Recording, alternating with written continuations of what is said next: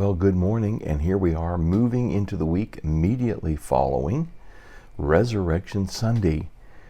I want to suggest that you go back, look at the meditations during the week, the 7 ways that Jesus' blood left his body, the power of his blood, appropriating that, praying regarding that, an old-fashioned term, pleading the blood. So it'd be helpful to look over those 7. And then on Sunday, the 7 reasons for the resurrection, the physical, actual, bodily resurrection of Jesus, the Christ of God, Jesus of Nazareth, also known as Yeshua HaMashiach, Jesus, the Messiah, the Christ, the anointed one, the selected one, the one and only. And so here we are on the Monday side of resurrection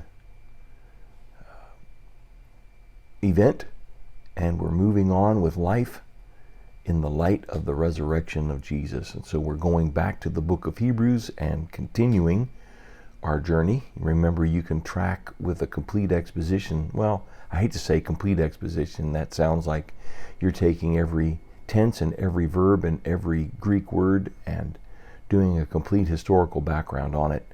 This is not a grammatical study. This is more of a devotional movement through the book of Hebrews, at the same time understanding its context and how it fits with the complete testimony of Jesus, as well as the history of God's revelation to Abraham and then through the nation of Israel.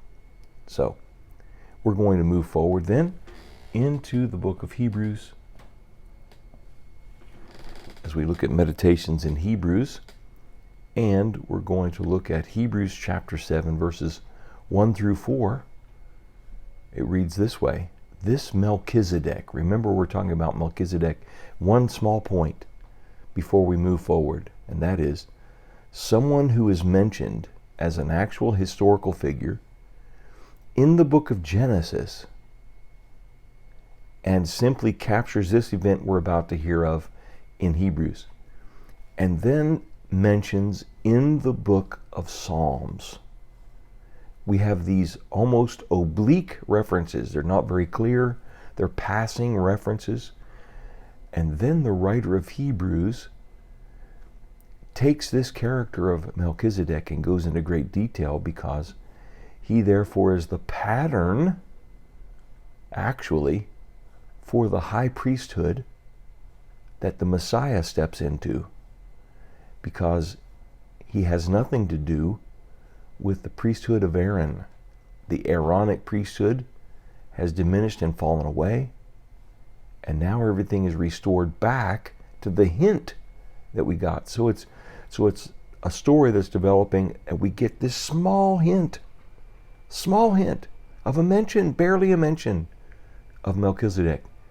And then we see how important he was in the building further and continuing on the revelation of the ministry of Jesus the Christ.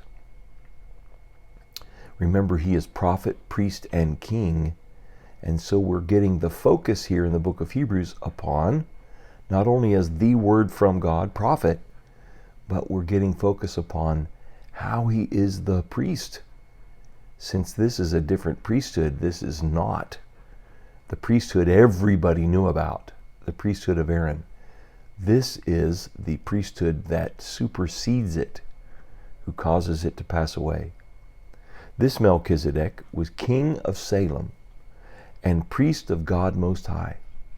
He met Abraham returning from the defeat of the kings and blessed him, and Abraham gave him a tenth of everything. I was just looking around because it seems to me I made a note about what chapter.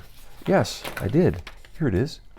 Here's the note. Genesis chapter 14, verses 17 through 24. That's where you can go and read about Melchizedek. 7 verses that include him into the story in Genesis. That's it. That's it, folks.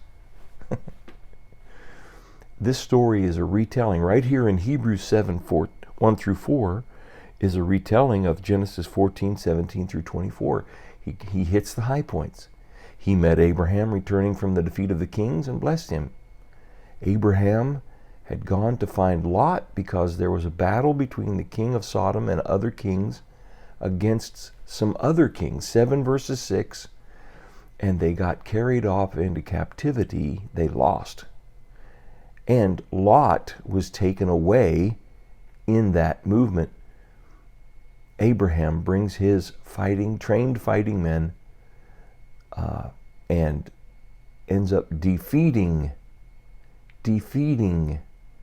these kings and releasing the people of Sodom and Lot for nothing. He's not doing it for money. He's doing it before the just cause. Now, he refuses the proposal of the king of Sodom to give him stuff. And he even goes so far as to say, I will not even take a shoelace from you, otherwise you'll take credit for the blessing going on in my life. I won't have anything to do with it.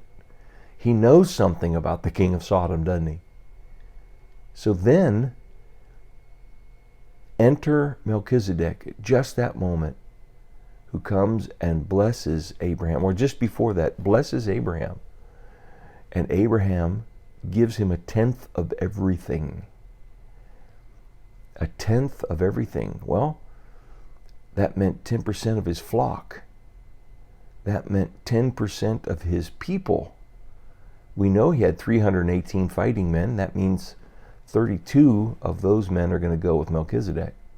There are going to be some families that go with Melchizedek. There's going to be a large entourage. He didn't reach into his pocket and take a few silver coins and hand it to Melchizedek. He sent a caravan with Melchizedek. He gave him 1/10 of everything. 1/10 of everything. He wasn't a farmer. He had animals, livestock.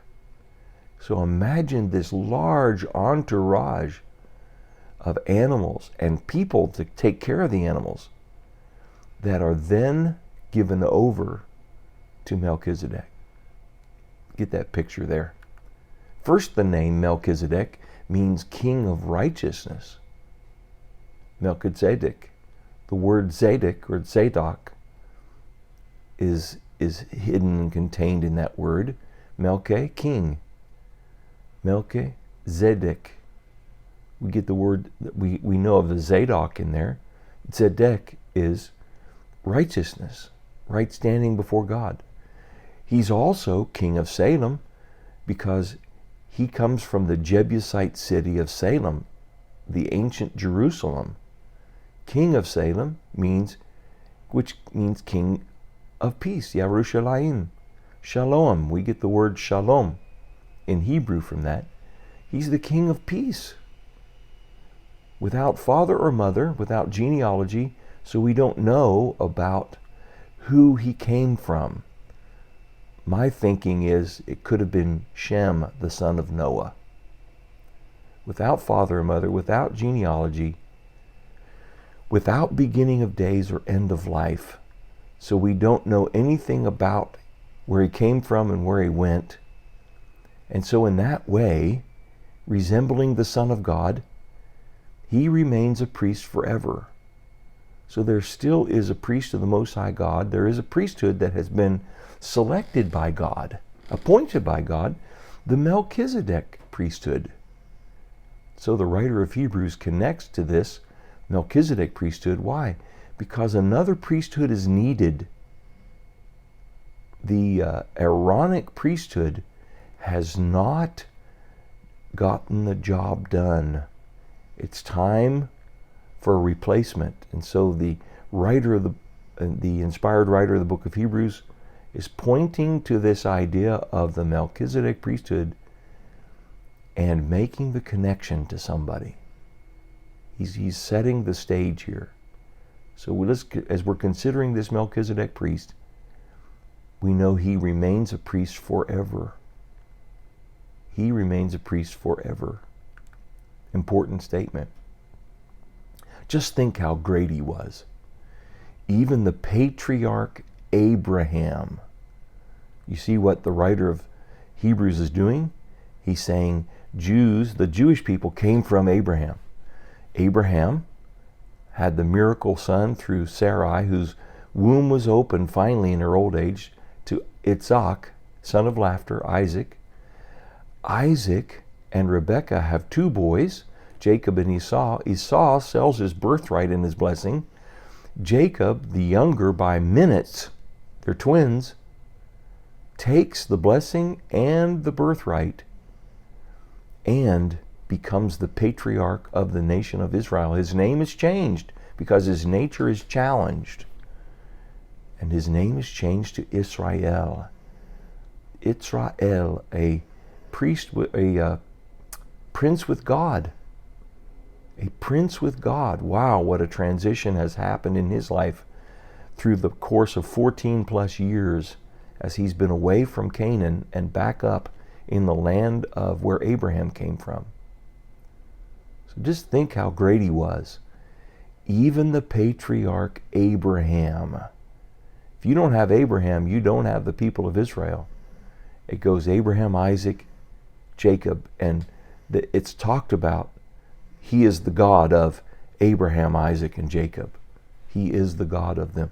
And so Abraham gives this Melchizedek a tenth of the plunder, a tenth of everything, a tenth of the plunder.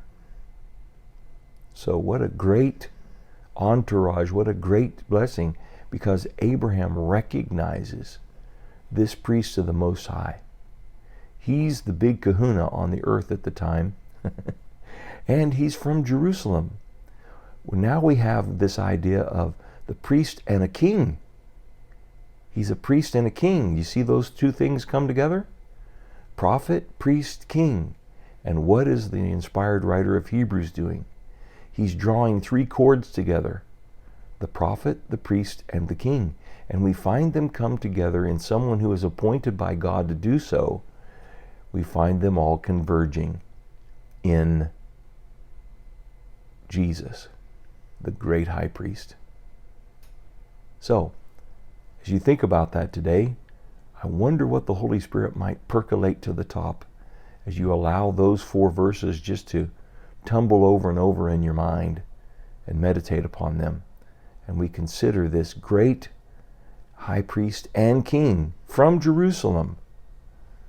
And he's been lurking there in the 14th chapter and in the Psalms all this time. What a great discovery. So the Lord bless you today on this Monday. Let it be a day of discovery and a day of focusing in on what the Lord might be saying as we dig a little bit deeper in this person, Melchizedek, and the great high priesthood of God's kingdom. The Lord bless you. We'll see you tomorrow.